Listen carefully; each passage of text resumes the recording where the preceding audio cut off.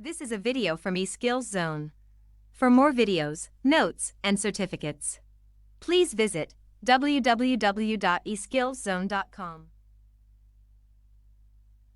Hello and welcome. Hi viewers. Today in this video we're gonna start the chapter problem solving in GW Basic. So we will discuss first the topic in detail, that what is a problem solving, which is the very foremost basic topic you need to discuss before learning any programming skills, because whatever the computer program is, it is used for to solve a problem. So the other name of the problem solving is programming, and programming is always needed whenever you need to solve a problem. So we can call the other name of problem solving is programming, and the other name of programming is problem solving. So these are both vice versa. So we will discuss that problem solving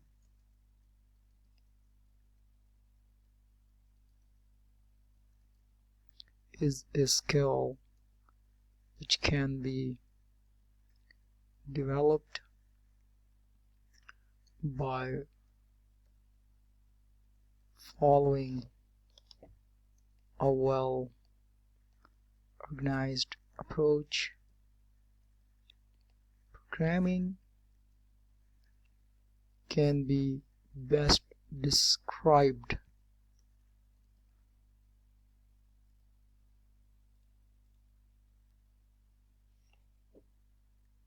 as problem solving process. So why we need programming? Because we need to solve a problem, and when we solve the problem, it is called programming. So it is a process. Programming is a process. Program is a set of instructions we give to a computer for a specific task or purpose to solve the problem, basically. So programming is a process which is used to solve the problem, so it is called programming. It can be best described as problem solving process. Programming is the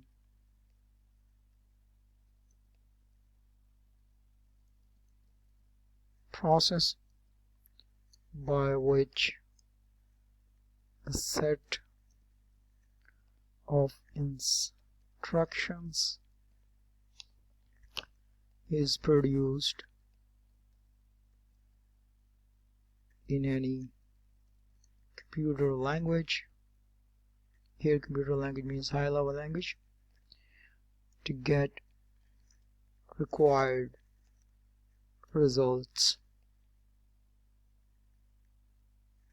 If you are a good programmer, means problem solver, you have the potential to become a good programmer, ensuring that the correct problem is being solved requires careful study of why a problem exists. That is why first of all the problem must be clearly identified. So I'm going to bold it so that you can understand. First of all, the program must be clearly identified. The identification of the problem should be there. Once the problem is identified and a logical solution of the problem has been obtained, there or other steps must be carried out before an actual computer program actually exists. So what we have learned that programming is a process for solving a problem. The other thing is that program is a set of instructions. And again, if you're a good problem solver, you can become a good programmer. The other thing is that the first thing you need to clearly identify is that you should identify the problem. Then you can solve the problem and provide a logical solution to the problem so that you can get the required results. Now we'll discuss the steps of problem solving process. I will type that.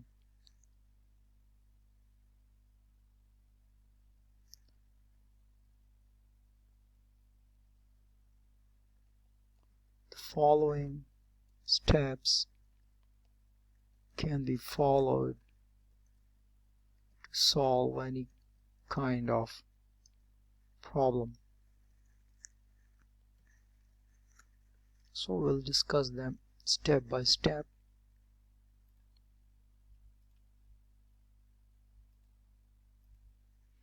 Number one step is the problem identification, very important, very basic and the foremost step.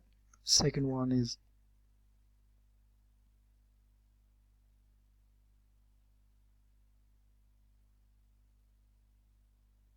specify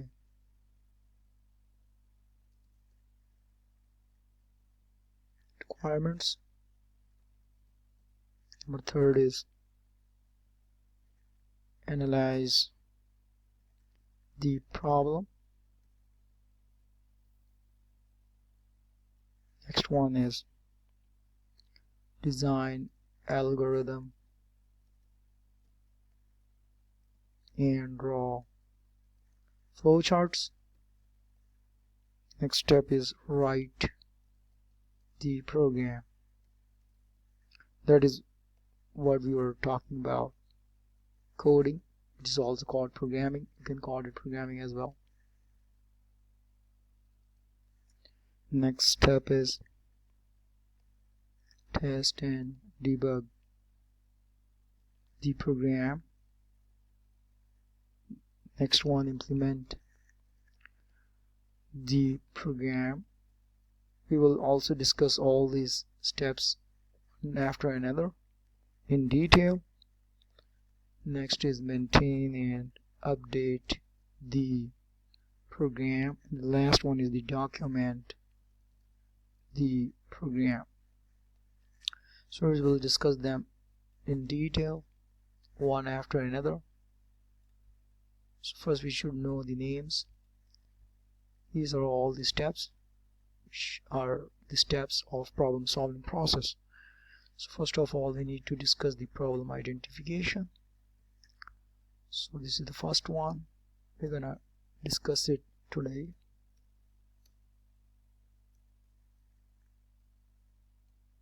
What is basically problem identification is?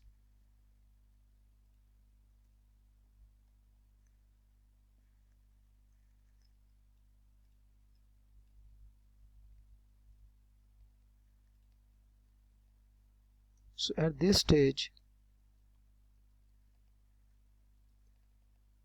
the problem being solved is observed carefully. Major areas of concern are identified and irrelevant information is filtered out. By filtering out irrelevant information, we can concentrate on the actual problem.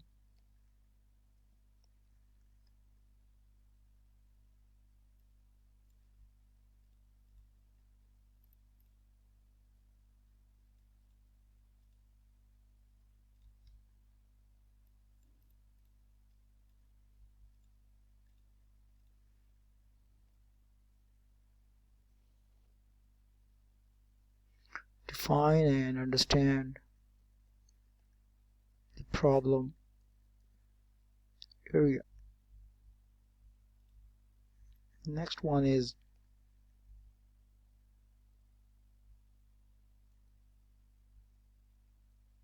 specify requirements.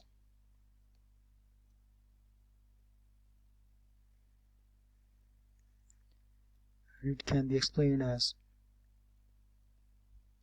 most of the users can not explain their exact software requirements.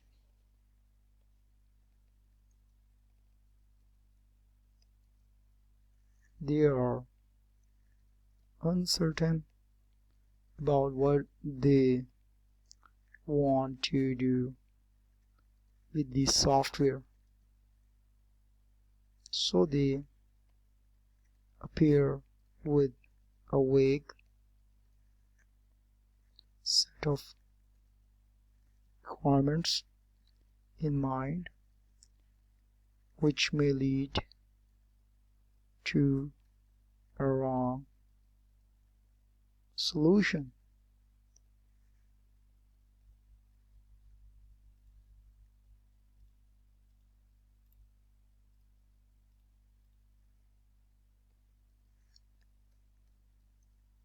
This stage demands to make clear the user requirements so that a proper solution could be suggested. This stage involves the formation of a requirements document which describes the features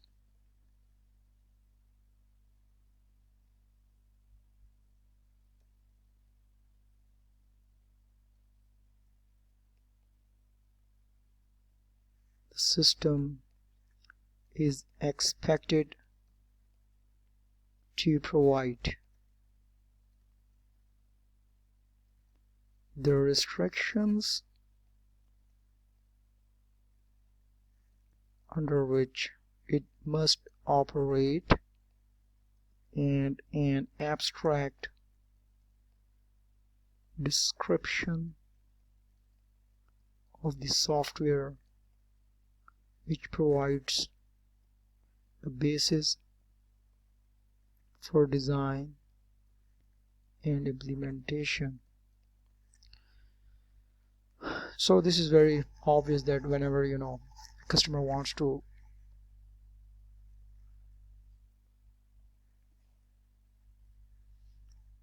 make a software like for his company to run his business, he cannot explain his requirements very clearly. Means that the most of the information they want to discuss are vague, which are unclear, and they are uncertain.